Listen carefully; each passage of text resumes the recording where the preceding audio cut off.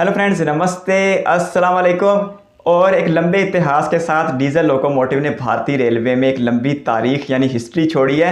और किसी तौर भी भारत में रेल जितनी मर्जी जदीद हो जाए, HSL चल जाए, HSR चल जाए, हाई स्पीड रेल या semi high speed rail Vande Bharat चल जाए, RRTS चल जाए या और भी नई टेक्नोलॉजियाँ आती चली जाएँ, लेकिन जो इतिहास इस रेलवे में डीजल लोकोमोटिव ने देखा है वो भुलाए ना भूलेगा, क्योंकि इस रेल को चलाने में सबसे बुनियादी किरदार डीजल लोकोमोटिव का रहा है। तो देखते हैं जी, भारत में 10 या 9 या 8, 5, 7 कितने टॉप के जो डीजल लोकोमोटिव थे जिन्होंने सबसे ज़्यादा भारत में कामयाबी हासिल की और अपनी लंबी याददाश्त छोड़ी। तो संदीप भाई के साथ इस वीडियो को देखते हैं और लोकोमोटिव्स की शानदार मालूमात लेते हैं कि भारत में कौन सा लोकोमोटिव पूरी हिस्ट्री में सबसे ज़्यादा शानदार रहा था। डीजल लोकोमोटिव की यहाँ पे बात हो रही है, क्योंकि डीजल लोकोमोटिव एक इलेक्ट्रिक के मुकाबले में ज़्यादा कशिश रखता है अपने अंदर। तो बिला ताखीर इस वीडियो का आगाज़ करते हैं।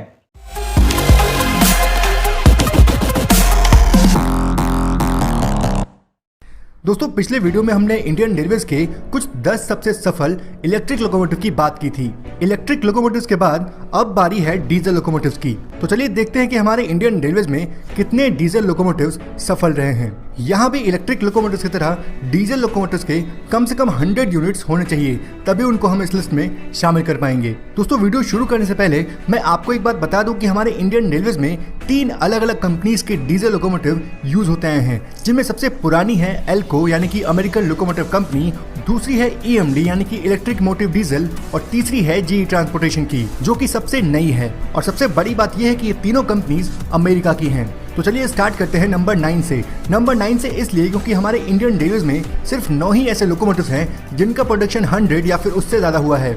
लिस्ट में नंबर 9 प्लेस पे है हमारे इंडियन रेलवेज का पहला मेन लाइन डीजल लोकोमोटिव, और वो है WDM-1।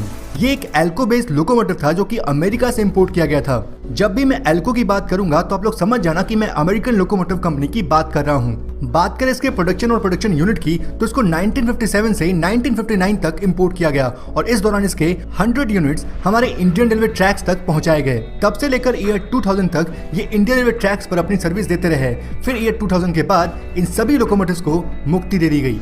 बात करते हैं नंबर 8 पोजीशन की। तो नंबर 8 पोजीशन पे है हमारे इंडियन रेलवेज का सबसे फास्टेस्ट डीजल लोकोमोटिव, जो कि है WDP-4। इस लोकोमोटिव को हम सबसे फास्टेस्ट डीजल लोकोमोटिव इसलिए बोल रहे हैं क्योंकि इंडिया में टेल्गो ट्रायल के दौरान इसी लोकोमोटिव का यूज किया गया था, और इस लोकोमोटिव ने आश्चर्यजनक तरीके से 180 किलोमीटर की रफ्तार को छुआ था।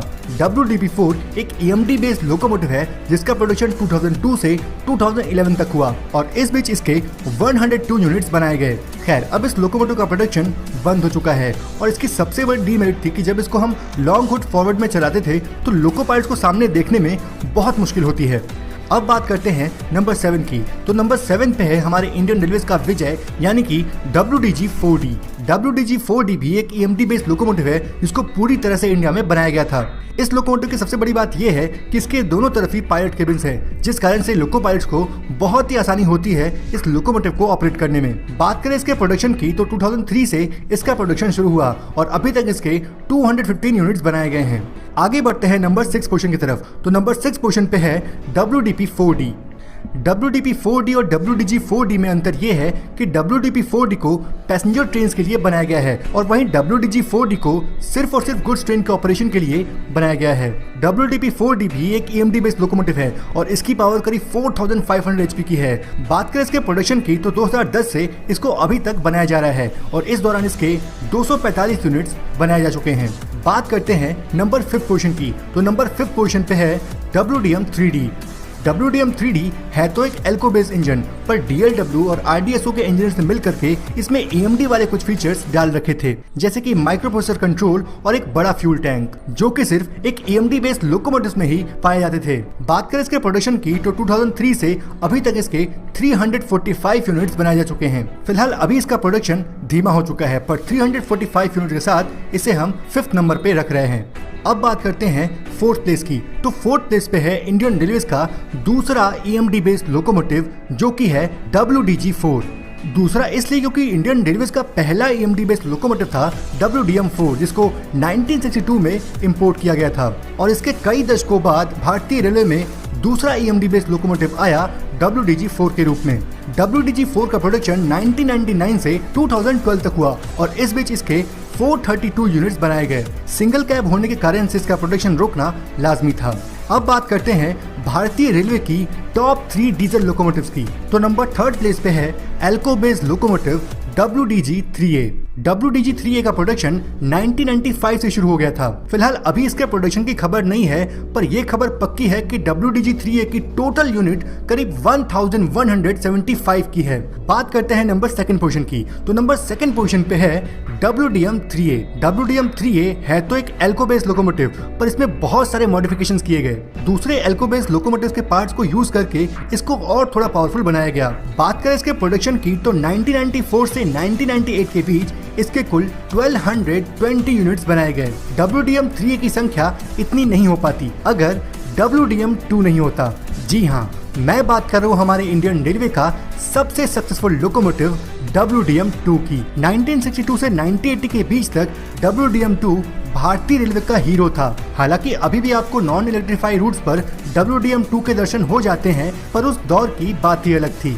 हमारे इंडियन रेलवे में बहुत सारे ऐसे एल्को लोकोमोटिव्स हैं जो कि WDM-2 से ही रीबिल्ड हुए हैं। खैर बात करते हैं उस नंबर की जिस कारण से हमने इसे टॉप प्लेस पे रखा है। दोस्तों 1962 से 1998 के बीच WDM-2 के टोटल 2800 यूनिट्स बनाए गए और हमारे भारतीय रेलवे में ऐसा कोई भी लोकोमोटिव नहीं है, चाहे वो इलेक्ट्रिक हो या फिर डीजल, जिसने 2500 यूनिट्स को क्रॉस किया हो। तो इस तरह से WDM-2 भारतीय रेलवे का सबसे सक्सेसफुल डीजल लोकोमोटिव तो बन ही जाता है, साथ ही साथ ये भारतीय रेलवे का सबसे सक्सेसफुल लोकोमोटिव भी बन जाता है। दोस्तों इस वीडियो में इतना ही। वीडियो अच्छा लगा हो तो कमेंट ना सही पर लाइक जरूर करें और अगर आप इस चैनल पे नए हैं तो चैनल को सब्सक्राइब जरूर से कर लें। थैंक यू वीडियो को देखने के लिए। जय Hind and God bless you. कहने को तो सिर्फ 9 या 10 डीजल लोकोमोटिव बताए गए हैं, लेकिन मालूमात इतनी ज़्यादा पेचीदा थी कि तहरीरी तौर पर कहीं लिखे बगैर और उसे बाद में देख कर पढ़े बगैर समझ नहीं थी आनी। लेकिन एक बात ही समझ ज़रूर आ गई कि जो सबसे नंबर 1 पे आने वाला लोकोमोटिव था उसके 2800 यूनिट बनाए गए और उसका साल भी मुझे याद रह गया 62 से 98 तक। तो सबसे लंबा इतिहास इस लोकोमोटिव ने देखा है, सबसे ज़्यादा शानदार कामयाबी के साथ। तो वीडियो के आगाज़ में मैंने आपको कहा था कि जितनी मर्जी जिद्दत आ जाए भारत की रेलवे में, लेकिन डीजल लोकोमोटिव्स की हिस्ट्री को भारत की रेलवे से नहीं निकाला जा सकेगा, क्योंकि डीजल लोकोमोटिव ने एक लंबी जिम्मेदारी निभाई है इस रेलवे को चलाने में। और ये जो लिस्ट बताई जा रही थी संदीप भाई की तरफ से 9 लोकोमोटिव्स की, और संदीप भाई ने क्राइटेरिया रखा था कि ऐसे शामिल किए जाएंगे लोकोमोटिव जिनके कम से कम 100 यूनिट हो। एल्को लोकोमोटिव भी थे, GE लोकोमोटिव भी थे और एक और भी थे। लेकिन मुझे एक बात की समझ नहीं आई कि सारे की सारे लोकोमोटिव अमेरिकन बेस्ड थे। अब हालांकि जो electric semi high speed train बनी है भारत में, वंदे भारत, वो तकरीबन सारी की सारी भारत में तैयार की गई है। तो अगर पुराने वक्त में ये सारी की सारी टेक्नोलॉजी अमेरिका से इंपोर्ट की गई थी, फिर आने वाले वक्तों में उसमें तरमीम करके कुछ एक नए लोकोमोटिव तैयार किए गए, जिस तरह संदीप भाई भी कह रहे थे कि कुछ एक लोकोमोटिव में तरमीम की गई और उससे फिर कोई अपना ही नया लेटेस्ट मॉडल तैयार किया गया। बाकी ज़बरदस्त है सारे लोकोमोटिव। और अब ज़रा जिद्दत का ज़माना आ रहा है तो अब भारत ज़रा खुद इन्हें सारी की तरफ बहुत तेज़ी के साथ बढ़ रहा है।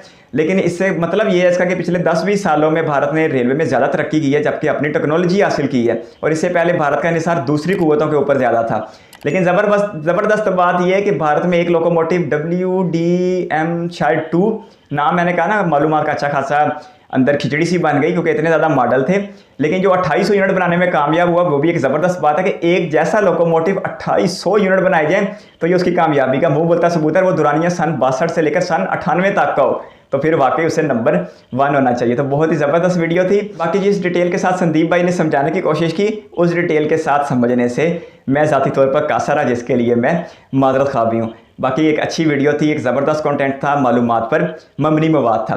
आप एक रेल फैन से चैनल को सब्सक्राइब कर लें, क्योंकि इस चैनल के ऊपर एक लंबा कंटेंट मौजूद है इंडियन रेलवे को लेके, आने वाले दिनों में भी आता रहेगा। आप अपनी चैनल का सिलसिला जारी रखिएगा और अगर आप पहले से सब्सक्राइबर हैं तो इस वीडियो को लाइक कर दें। और इस वीडियो को कीमती समय देने के लिए आपका बहुत बहुत धन्यवाद। अपना बहुत सारा ख्याल रखिएगा। हम बहुत जल्द एक और इंटरेस्टिंग रिएक्शन रेल वीडियो के साथ मिलेंगे और भारत की रेल की खूबसूरती को और डीजल लोकोमोटिव को और इलेक्ट्रिक लोकोमोटिव को और HSR को और सेमी हाई ट्रेन को, हर चीज़ को भारत में रेल को लेके एक्सप्लोर करते रहेंगे। तो अपना बहुत सारा ख्याल रखिएगा और इस वीडियो को वक्त देने के लिए एक बार फिर आपका बहुत बहुत शुक्रिया।